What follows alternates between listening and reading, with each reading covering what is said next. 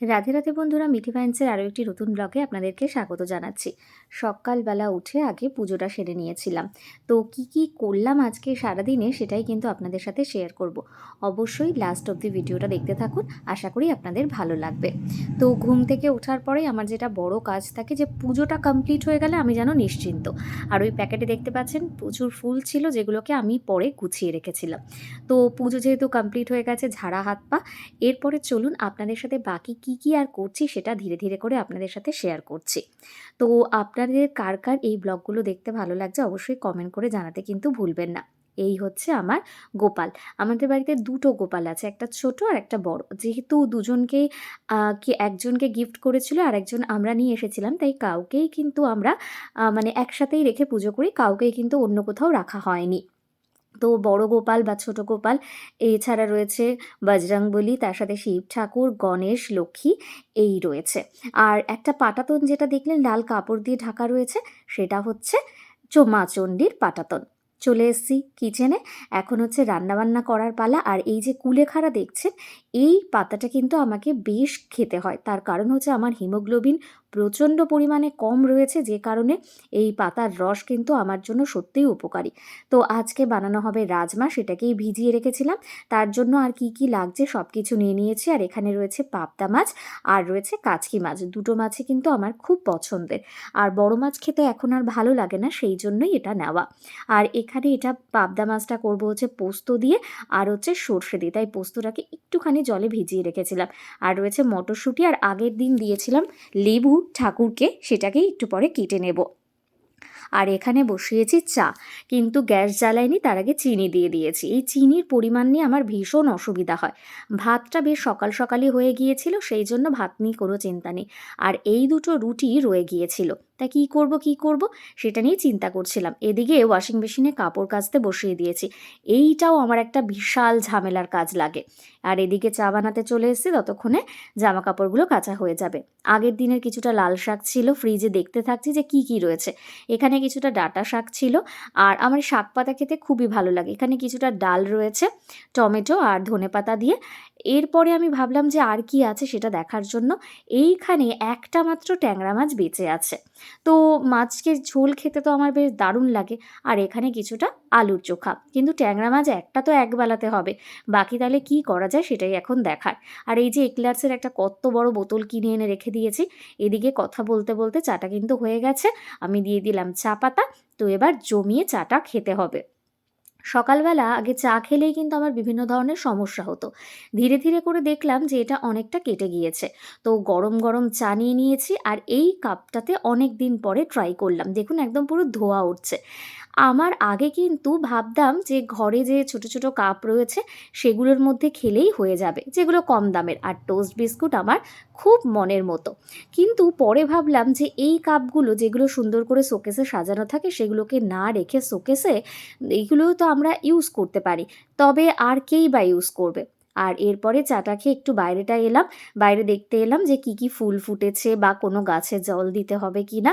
তো সেই জন্যই এলাম। আর এখানে সকালবেলা আমাকে ডাক্তার 10 মিনিট আর বিকেলে 10 মিনিট হাঁটতে বলেছে। তো দেখতেই পাচ্ছেন জবা ফুলের কুড়িগুলো কি দারুণ লাগছে, কবে যে ফুটবে সেটার জন্য আমি অপেক্ষা করছি। আর তুলসী গাছটা দেখতে দেখতে কিন্তু বেশ বড় হয়ে গিয়েছে। এই আমার ছোট্ট বাগান। আর এই যে গাঁদা ফুলগুলো যে নিয়ে আসা হয়েছিল, এগুলো কিন্তু দারুণভাবে বড় হতে শুরু করে দিয়েছে। আর এই যে বাটিগুলো দেখছেন, এই বোলগুলোর মধ্যে কোনো খাবার রাখলেই এরকম হলুদ কালার হয়ে যায়। সেই জন্য কিছুক্ষণ যদি রোদে রাখা হয়, তারপর কিন্তু একদম চকচকে সাদা আবার হয়ে যায়। এবার আমার হাঁটার পর্ব শুরু, 10 মিনিট কিন্তু হাঁটতে হবে। আর এরপরে জামাকাপড় যেহেতু কাচা হয়ে গেছে, এই ফাঁকে আমি একটু জামাকাপড়গুলোকে মেলেও দিলাম। আর এরপরে ফিরে এসে দেখলাম যে ওই রুটিটার তো কিছু একটা ব্যবস্থা করতে হবে। কি করব, ওই কোনো মতে রুটির সাথে একটু ডিম দিয়ে নিলাম। এবং ডিমটা যে দেওয়ার সময় যে ফেটিয়ে নিতে হবে, আমার মাথাতে সেটাই একদম ছিল না। যথারীতি এইভাবেই বসিয়ে দিয়েছি, তার উপর রুটিও দিয়ে দিয়েছি। যাই হোক, নিজের মতো তো একা একা খাচ্ছি, কাউকে তো আর দিতে হয়নি, সেই জন্য যেমন তেমন হলেই হলো। দেখতে কীরকম একটা অদ্ভুত লাগছিল, ওপর থেকে একটুখানি মেয়োনিজ নিয়ে নিলাম। যদি একটু খেতে টেস্টি লাগে, মোটামুটি ঠিকঠাকই ছিল, খুব একটা খারাপ হয়নি। তো যেটা তখন বলছিলাম যে কাপ প্লেট বা ভালো জিনিস আমরা কিন্তু খুব সুন্দরভাবে গুছিয়ে রেখে দিই, যে যখন গেস্টরা আসবে সেই সময় ইউজ করব। এবং দেখা যায় যে সেগুলো পরে আর ইউজই করা হয় না এবং অনেক সময় সেটা ভেঙেও যায়। তাই আমার মনে হয় যদি বাড়িতে কিছু থেকে থাকে সেগুলো ইউজ করে ফেলা উচিত। আর এখানে কাজকি মাছটা রান্না করার জন্য কাজকি মাছ, তার সাথে আলু, সম্পূর্ণ কিছু নিয়ে মটরশুঁটি দিয়ে ভালো করে মেখে নিয়েছি। আর এদিকে আজকে ভাপটা মাছের ভাপা করব, সেই জন্য সম্পূর্ণ যে মশলাগুলো রয়েছে সেগুলোকে দিয়ে ভালো করে ভাপাটা বসিয়ে দিলাম। এর মধ্যে রয়েছে পোস্ত, আর তার সাথে রয়েছে সামান্য কাঁচা লঙ্কা, আর রয়েছে হচ্ছে সাদা সর্ষে। কালো সর্ষে আমি খেতে খুব একটা বেশি পছন্দ করি না। আর কাচকি মাছটাকেও এইভাবে আলু, টমেটো, পেঁয়াজ আর মটরশুঁটি আর সামান্য হলুদ দিয়ে এবং নুন, আর তার সাথে ছিল হচ্ছে তেল দিয়ে মেখে বসিয়ে দেওয়া হয়েছে, ঢাকা দেওয়া।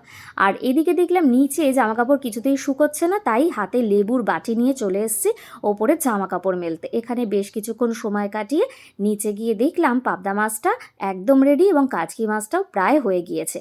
ব্যাস লাঞ্চের থালা নিয়ে সাজিয়ে বসে পড়েছি। আমার যেহেতু তেল খাওয়া খুব অল্প পরিমাণে, মানে ডাক্তার আমাকে বলেছে, তো সেই কারণে এখন সব কিছু বেশিরভাগটা সেদ্ধর ওপরই যেতে হচ্ছে আর খুব সামান্য তেল ইউজ করতে হচ্ছে। এবং সত্যি তেল কম দিয়েও যে রান্না ঠিকঠাক করা যায়, যদি আপনারা একবার কেউ খেয়ে দেখেন অবশ্যই দেখবেন ভালো লাগবে।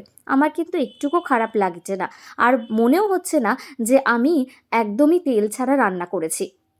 আর বিশেষ করে এই যে পাবদা মাছটা যদি আমি ভাজতাম তাহলে তো বেশ একটা তেল লাগতো, কিন্তু এরকম করার ফলে তেলও লাগলো না আর রান্নাটা সুস্বাদুও হয়ে গেল।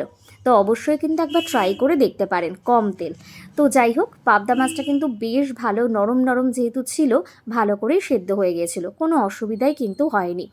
এরপরে একটুখানি রেস্ট নেওয়ার পরে আমি ভাবলাম একটুখানি বেড়াতে বেরোবো। তো ব্যাস সুন্দর করে একদম রেডি হয়ে গেলাম।